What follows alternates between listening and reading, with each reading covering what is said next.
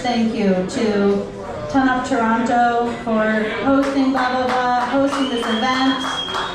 You're amazing out there, and just so appreciate your openness to have us here and to let us be a part of this. It's just been an amazing, very quick weekend here in Toronto, but looking forward to getting back next year for the international ton-up event. So gonna be good times here, and just thank you to the Duke for hosting this. Thank you to the bartending and the kitchen crew for being here. Please make sure you tip them well. Make sure you pay a lot of love to the folks. Just really thank you, it's been awesome. The bike selection outside, man, what a great group of two-wheel vehicles showing up here. And even the one that was pushed up from down the street. Yeah, that's good stuff. Short and sweet, I promise. In the form of a poetry. I like to do that sometimes to like poets you don't know. Now I need more light. Where's the light? Here we go. Okay. It's called an ode to the Duke. An ode to the Duke, this wonderful place. Since 1875, we're looking at 150 years in this place, you know. And it's always been a tavern, all along. It's quite amazing. So, an ode to the Duke. A cordial thanks for open house, for food and drink from all and Klaus. Vincent's, Norton's, battle shafts, scooters, Indians, other crafts, gangadins and eagle frame, no two objects are the same. Boxers, twins and V formations, designed and built in many nations, for racing, war and easy ride, for trips to work and sand dunes wide. 100 years of two-wheeled motion is our passion, our potion. Dukes and Beamers, fast and slow, a backdrop for the rocker show. Thanks again for open gate. I keep it short, it's getting late. Accept our thanks, just one more time, for having us for food and wine. A first of many, that's for sure. Bikes are art, quite plain and sure. Thank you for the history tour. Thank you for your attention.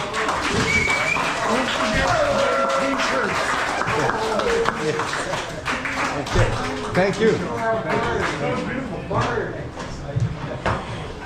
And that's also a first. We haven't had poetry yet for our storytellers, so everything is a form of a story. So thank you so much, Klaus. That was amazing for our stage here for our first storyteller story being told. We have next coming to the stage, we have Ton-Up Chicago being represented by none other than Crash Elward. He's got a fantastic first to share with all of you. He is a former storyteller. He told a story in Chicago with the theme of weather, which was also a first for you. So we're not sure what he's going to come up with for today. Please give a good listen. Please welcome to the stage, all the way from Chicago, Crash Elward.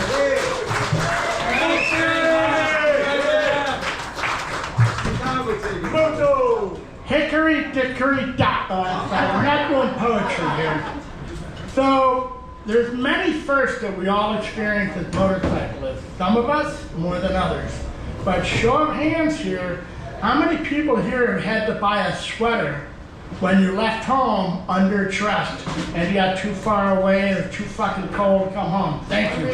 I have a large collection of Christmas sweaters bought in June for $5. That's my first. The other first is, show of hands, how many of you have run out of gasoline on a ride? Okay. I'm 16 years old and I'm riding a dirt bike 40 miles in Chicago to go to a party. And we're all drinking at the age of 16. Drinking age in Illinois is 21, but whatever. We get to the party, everything's great. I leave to go 40 miles home on a 250 dirt bike, Suzuki TS 250. Any Enduros here? Cool. as I'm riding along, I start to run out of gas on Lakeshore Drive, which is a 45-mile-an-hour speedway along the lake. And I reach down, I'm gonna put it in reserve. Oh shit, I'm in reserve already. So immediately I ride over, and I'm on a dirt bike, so I jump the curb and go onto the grass, because it's all parkland along the lake. And I start pushing this bike out of gas, 16 years old, 130 pounds, about half my weight now, but whatever. And I realize, dummy, you have a tool kit. So I pull over to a tree, pull out the tool kit, take the little gas tank off, and carry it like a football to the gas station, which was a mile away. And in 1980, there's no internet, there's no cell phones, you just had to fucking figure it out. So that's what I did. I walked to the gas station and went, I have $1.50. Now here in Toronto, that's about 3 ounces of gas. But in 1980 in Illinois, $1.50 was a full tank of gas. Oh, yeah. And how much does a gallon of gas weigh? Anybody know? It's about 3 kilos. So now I'm walking back with this heavy ass gas tank, not realizing maybe I just needed enough to get back to the gas station. Whatever. I'm carrying this football like a baby all the way back to my bike, which is up against a tree in Chicago, unmolested. You can't do that now. This is 1980. Back then, this bike would have been stripped down with nothing left than a Suzuki decal on the ground. But great, put it back on, fire it up, bike runs, yay! Drive home, 2 hours late. And my parents go, where the hell were you and why didn't you call? And I'm like, internet was out, I didn't know. So that's my first. And thank you all. And also, this is my first time in Toronto. I'll be back next year. Thank you all. Very nice story. Thank you. All right, that does, thank you, Crash. He always has great stories to listen to. That concludes our first little short foray into blah, blah, blah motorcycles. Stay tuned. After this next band, we're going to have 2 more storytellers. We have a Louisville ton-up fella coming on stage, and we also have another local Toronto guy coming up on stage. So stick around after the band for the next 2 stories coming at you from blah, blah, blah motorcycles. So we're finishing up with 2 stories this last set. And unfortunately, one of the storytellers had to go. He had another engagement to get to. That was a storyteller who's going by the name of TK4. And he, luckily, shared his story with me, so I'm going to read it. I can't do it in his voice. I wish I could.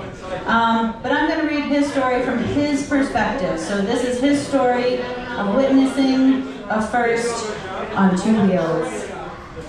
So, TK4, this is for you.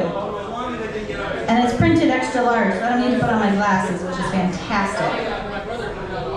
Alright. This is the prelude. Just down the street at 1255 Queen was a motorcycle shop, Ontario Honda. Hey! Hey! There's storytelling going. I'm the only one talking. Right here.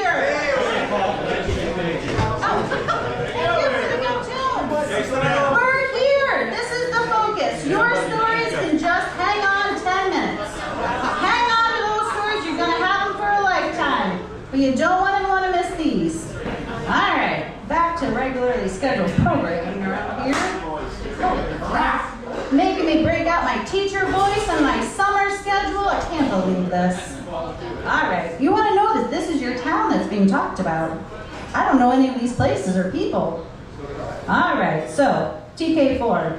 Just down the street at 1255 Queen was a motorcycle shop, Ontario Honda. I worked there for over 25 years for 2 of the finest people I've ever met. There was quite a collection of characters on both sides of the counter. I feel privileged to have met so many. When people asked where the store was, we replied, halfway between the Duke and the beer store on the south side. It seemed everyone knew where that was. Now, for the story. Here goes. A long time ago, during the summer of 1972, I lived in Richmond Hill, Ontario. Our strip for cruising in the early 1970s was Yonge Street. The northern terminus was the Steer Inn at Major Mackenzie. The southern stop was the Harveys, just north of Highway 7. There were lots of hot cars and cool bikes, so on any weekend night, you'd have to have a bite and watch the show. If you wanted to go to the Harveys at Jane and the 401, that's where all the heavy hitters hung out, but for the most part, we stayed clear. One of our associates was a young man named Lenny who came from Lake Wilcox. He worked in an auto body shop as a painter and had a green 1971 Honda CB350. His brother worked in the film business. I fear that Lenny had breathed too many fumes over the course of his employment, so when his brother brought home a parachute from one of his gigs, Lenny came up with a brilliant idea.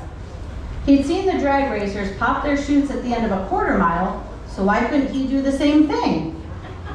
The plan was to blast down Yonge Street from the Steer Inn as fast as he could go, and when he got in front of Harvey's, to pull the ripcord. Has anyone here seen this? Was anyone here for that? That'd be fantastic.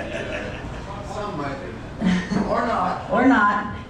The crowd gathered eagerly awaiting his arrival. We could hear that poor little CB350 spinning up to redline, banging through the gears. One slight technical hitch. You knew this was coming, right? He had attached the parachute to his back, not firmly to the bike. You guessed it. He popped the chute and off the back he went. The moto sailed clean through the intersection of Highway 7 and Yonge and toppled over with barely a scratch. Lenny, on the other hand, slid along on his backside for quite some distance, causing himself more than a little bit of personal injury. When he finally stood up, I think his blue jeans were still smoking. Needless to say, someone else rolled the Honda home for him.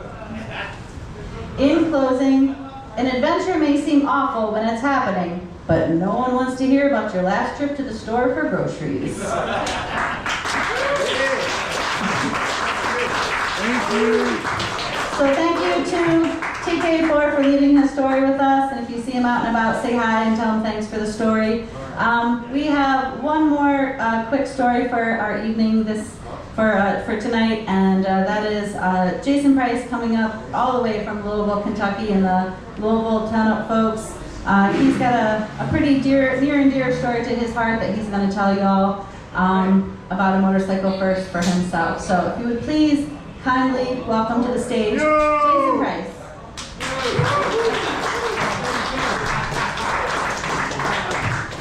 Hey everybody, haven't met you by now. Hello, Jason Price from Louisville. What a great event. This has been a great time. Thank you for hosting Toronto. It's just been so fabulous. Great time last night. Oh man, I can't wait till tonight. I know it's going to get really wild. Anyway, so my first is about a good friend of mine, Brian Cahill. And it's the first time that we ever rode motorcycles together. So let me put that, so I'm about maybe 12, 13 years old. Brian Cahill has moved to Indiana. And his dad decided that he was going to bring home a trailer full of motorcycles that didn't run so that we could get to running these and playing with them and stuff like that. So our first trailer full of, lots of firsts, our first trailer load of motorcycles together, which would not be our last trailer full of motorcycles together. The first time we rebuilt motorcycles together. The first time we got in a lot of trouble in Indiana together. But anyway, so the first time we get on these motorcycles, finally get two of them running, and he lives at on this road that kind of backs right up to an expressway that has like the big towers, like, you know, the big high tension wires. So there's nobody up there. It's called Fawcett Hill. So we're like, all right, well, let's do this. never ridden a motorcycle before, we decided we're going to ride up the hill on dirt, and it is washed out. We'd seen other people on motorcycles up there. We didn't know, we had no clue what we were getting ourselves into. So the first thing we do, we get up there, and we get both our bikes up there, not that much problems. I'd never even driven a clutch before, so I'm just figuring this out. So we're tearing up there, whack, whack, whack, whack, little two-strokes, you know, little Hondas. He had a little Honda 125, I think, or I don't remember. Anyway, but if you go, I'm a little plug here, if you go to AMA Vintage Days this year, our t-shirts will have a picture of Brian Cahill on these bikes the day that we did this. So be ready for this. It is, oh God, Mama tried real hard for us. So we get up to the top of the hill, and Cahill's like, oh man, look at all this dirt, these jumps. All these other guys that had lots of experience had built all these jumps, and we can do this. No helmets, in shorts. And then if you remember back in like 82, shorts were up to here. Okay, and they're coming back that way now, you know. So anyway, so we're, and I got foot problems anyhow. I don't wear shoes, so I'm in flip flops, and he's barely in shoes. We take off up these hills, and I see Kay. I'm like, Kay, you do it first. And, all right, I'll do it. He dumps the clutch and takes off, and he hits this hill. It is way past 45 degrees. Sends it. Sends it. He's 20 feet in the air. Didn't even look on the other side of the hill. What was going to be there? Who does at 12? Who looks over the crest of the hill at 12? Nobody. Hits this jump, and as he's coming down, I saw it would be a rare thing for him to ever have children. Boom! He lands and busts himself so hard, he sat and cried for the next 30 minutes. And it's the first time, and for me, it's the first time I said, I'm not doing that. Before that, I would do anything. I said, no, I ain't doing that, Cahill. He's like, oh, I'm okay. No. So we sat up there for about the next 45 minutes, so the other people that we told that we were going to go riding would think that we were cool, because we hadn't just turned around in 10 minutes and come back down the hill hurt. So we said, we got to stay up here. Okay, so we stayed, and we finally made it back down the hill. So that was the first time that I had ever been on a motorcycle with Brian Cahill.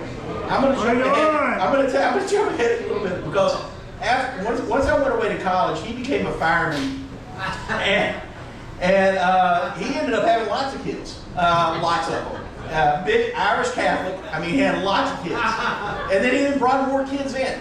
Big-hearted guy. So after his second divorce, he liked him hot and crazy. If I'm lying, I'm dying. I am not joking. So he after his second divorce, he reached out to me, and I hadn't talked to him in probably 15 years or so. And I just got a motorcycle, and we had ridden as kids and everything, but I'm 30-something. I'm like, you know what? This would be a great opportunity for him and I to get back to be friends again and build our first bike together, our first real motorcycle that was over 125 cc's. So we got together, we rebuilt this Suzuki GS, and I was just getting into cafe racers at the time, and we built this gorgeous bike. Simply gorgeous bike. Took to lots of shows, had a great time with it. Sold it for silly things like money. And I ended up buying another motorcycle, and he helped me pull my first bike out of a barn, which was a Suzuki GS 1000S West Cooley replica, which I sold for something stupid, money. I know, that's what I'm saying. So I had lots and lots of firsts with Cahill. He died 2 weeks ago. Sorry. Cheers to him! Sorry. Cheers to Brian! Wrapped up! Cheers, A legend! Truly a legend. A legend, yes. Well, I know him.